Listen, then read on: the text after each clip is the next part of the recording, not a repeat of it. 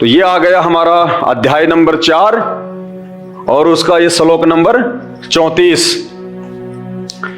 ये अध्याय नंबर 4 है गीता जी का, आपके सामने है, और इसका ये श्लोक नंबर 34। क्या कह रहे हैं भगवान कि उस एक परमेश्वर की जो मैंने तेरे को बात बताई है ना, कि वो एक ही परमात्मा, एक ही परमेश्वर है, उसी की शरण में जाने से तेरे को ये परम शांति मिलेगी। नहीं तो हमेशा तू लफड़ों में रहेगा, तू दुखों में रहेगा, कभी भी तू शांति को प्राप्त नहीं कर सकता। आज इंसान है, फिर तू कल को सूअर बनेगा, तू गधा बनेगा, बैल बनेगा, कभी तुझे शांति नहीं होगी। कभी तेरा बेटा मरेगा, कभी तेरी बेटी मरेगी, कब तेरा एक्सीडेंट हो जाए, कब तुझे कोई भयंकर रोग आके घेर ले, तू कभी सुखी नहीं रह सकता, चाहे मनुष्य योनि हो चाहे जानवर योनि हो। तो जिस एक परमेश्वर के विषय में श्री कृष्ण जी कह रहे हैं अर्जुन को कि हे भारत, हे अर्जुन, तू एक परमेश्वर की शरण में जा, उसी की शरण में जाने से तू परम शांति और परम धाम को प्राप्त होगा।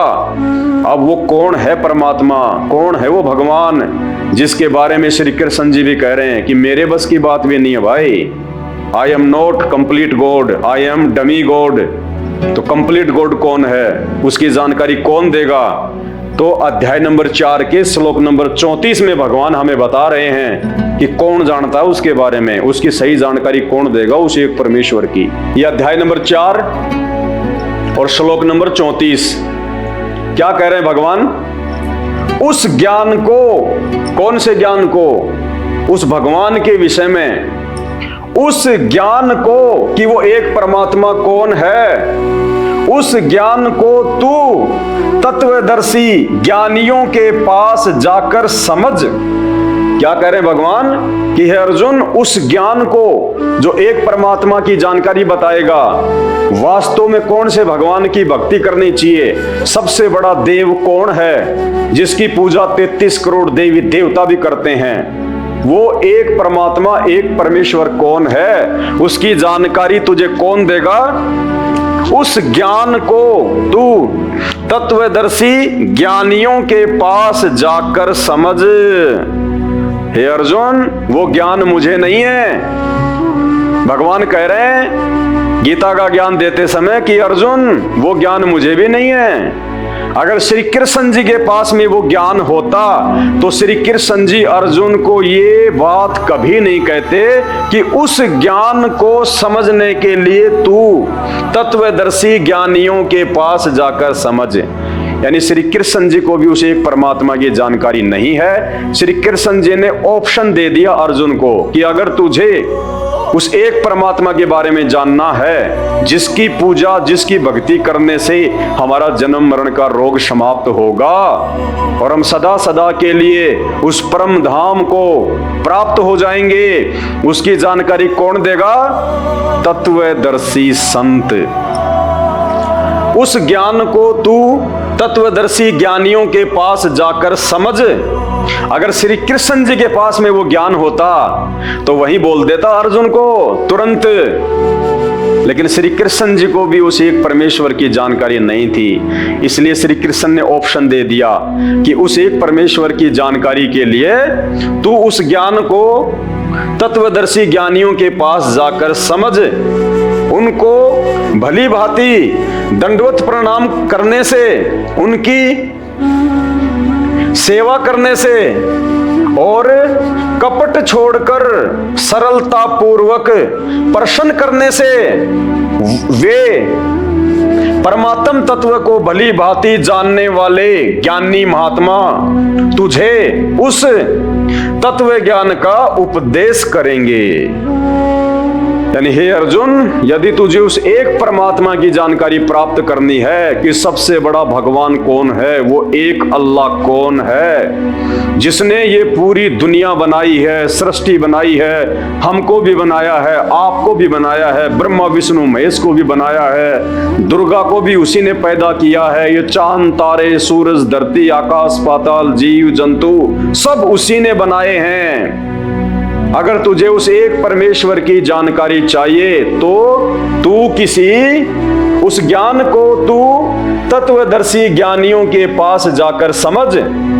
उनको भली भांति दंडवत प्रणाम करने से, उनकी सेवा करने से और कपट छोड़कर सरलता पूर्वक प्रश्न करने से, वे कौन? वो तत्वदर्शी संत परमात्म तत्व को भली भांति जानने वाले ज्ञानी महात्मा तुझे उस तत्व ज्ञान का उपदेश करेंगे।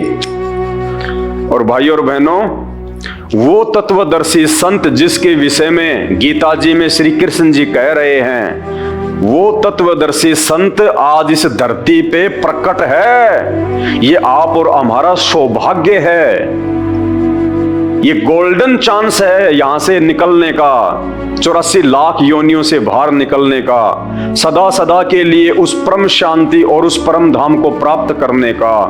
वो तत्वदर्शी संत आज धरती पे संत रामपाल जी के रूप में है। भाइयों और बहनों, हाथ कंगन को आरसी क्या, पढ़े लिखे को फारसी क्या, ये हिंदुओं का सर्वश्रेष्ठ ग्रंथ है। और इस ग्रंथ में जब खुद गीता का ज्ञान देने वाला भगवान ये कह रहा है कि अर्जुन, अगर तुझे उस एक परमेश्वर की जानकारी प्राप्त करनी है, जिसकी शरण में जाने के बाद तू हर प्रकार से शांति को प्राप्त करेगा, उस प्रातम सनातन धाम को प्राप्त करेगा, जहां जाने के बाद जीव कभी वापस लौट के नहीं आता, यानी 84 में धक्के नहीं खाता। उस एक परमेश्वर की जानकारी यदि तुझे प्राप्त करनी है और उसकी भक्ति करके यदि तुझे सदा सदा के लिए यहां से निकलना है, इन दुखों से, इन परेशानियों से, तो उसकी जानकारी अध्याय नंबर 4 श्लोक नंबर 34 में कह रहे हैं कि तू उस ज्ञान को तू तत्वदर्शी ज्ञानियों के पास जाकर समझ।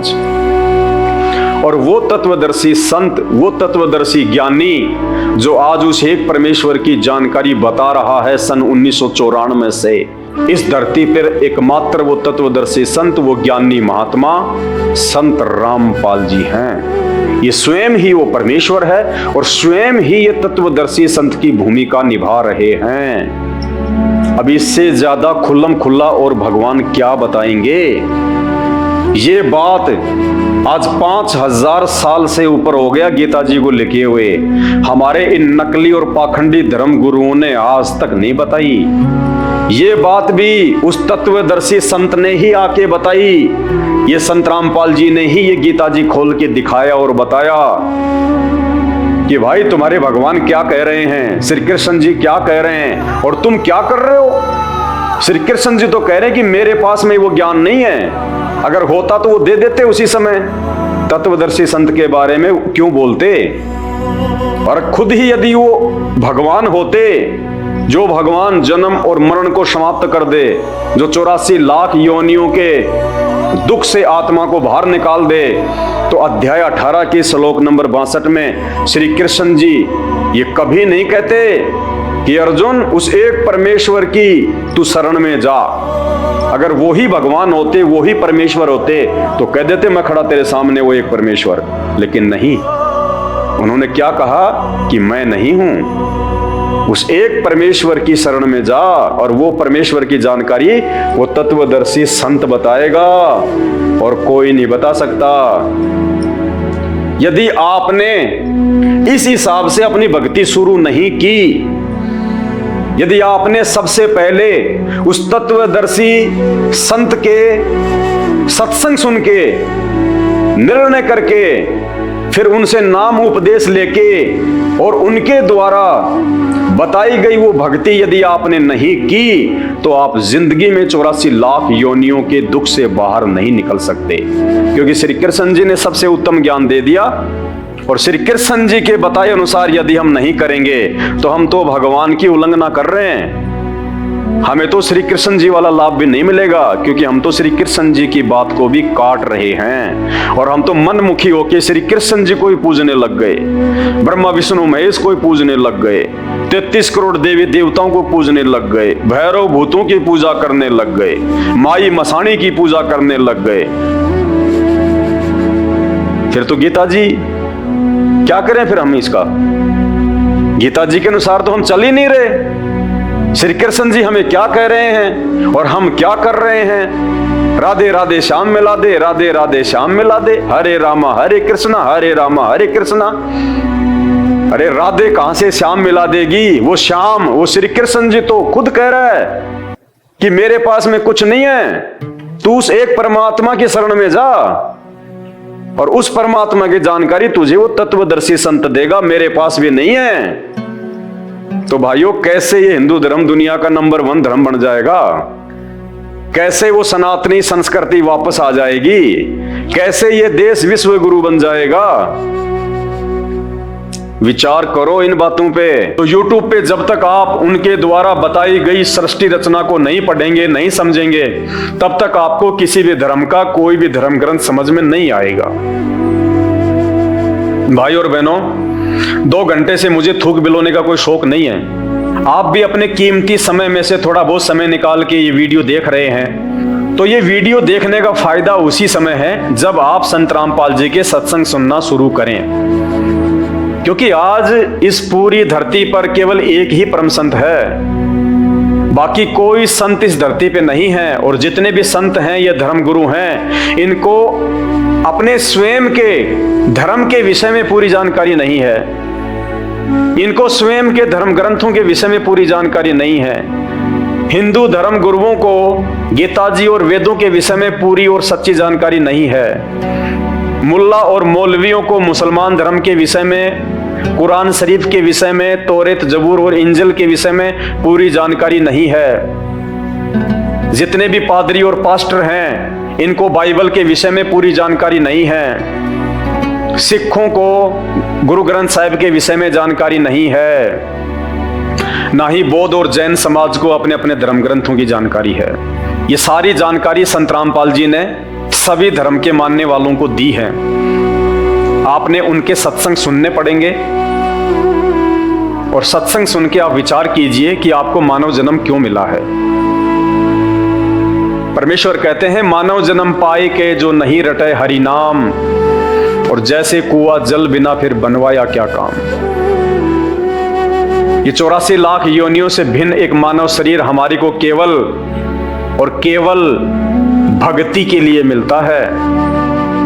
अन्य योनियों में जाके महादुख भोगने से बचने के लिए मिलता है। और ये केवल उसी समय संभव है जब हम एक परमेश्वर की भक्ति करें। और एक परमेश्वर की जानकारी वर्तमान में पूरी पृथ्वी पे यदि किसी धर्मगुरु के पास में है तो केवल परम पूज्य सतगुरु रामपाल जी भगवान के पास में है। और जब तक आप उनके सत्संग नहीं सुनेंगे, आप उनके विचारों से परिचित नहीं होंगे, तब तक ऐसे ही आप अपना ये अनमोल मानव जन्म बर्बाद करते रहेंगे। और आज मानव जन्म में आप कितने सुखी हैं बिना भक्ति और भगवान के। और कल को जब ये शरीर छूटेगा, हम 84 लाख योनियों में जाएंगे, उस समय हमारे साथ में क्या बीतेगी। आज आप एक गधे का जीवन देख लीजिएगा, आज आप एक बैल का जीवन देख लीजिएगा, कितना महादुख भोगता है। सारा दिन खेत में चलता है, गाड़ी में उसको किसान जोतता है। एक गधा सारे दिन ईंट के भट्ठे के ऊपर कितनी मेहनत करता है, सारा दिन ईंटें ढोते रहता है।